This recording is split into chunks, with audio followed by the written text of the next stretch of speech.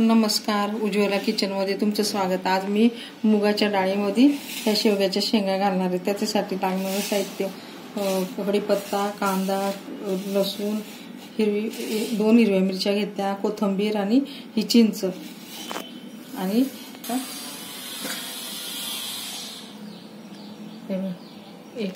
एक पळी आणि थोडंसं तेल घालणार, मोहरी का थोडे जिरे घालते, हे जिरे घालते, ते कढीपत्ता,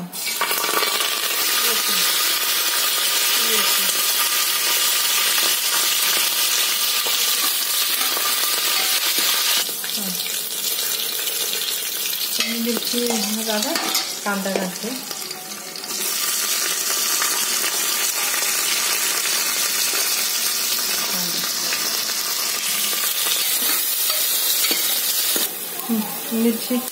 मिरची पावडर, एक चमचा मिरची पावडर, एक धना पावडर, हिंग पावडर, डाळ घालते,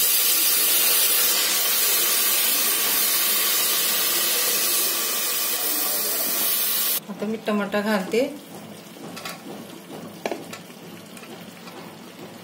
थोडी हळद घालते, हळद नाही टाकून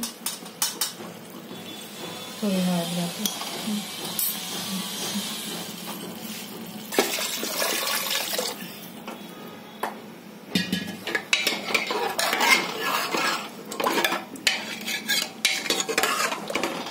घालते।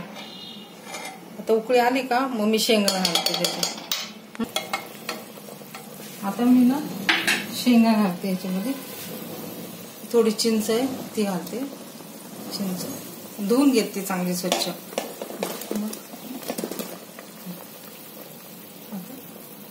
कोथिंबीर घालते,